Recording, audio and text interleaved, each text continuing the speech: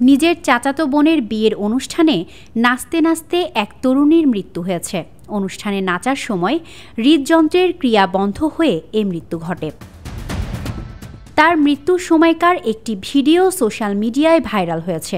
মর্মান্তিক ঘটনাটি ঘটেছে ভারতের মধ্যপ্রদেশ রাজ্যে।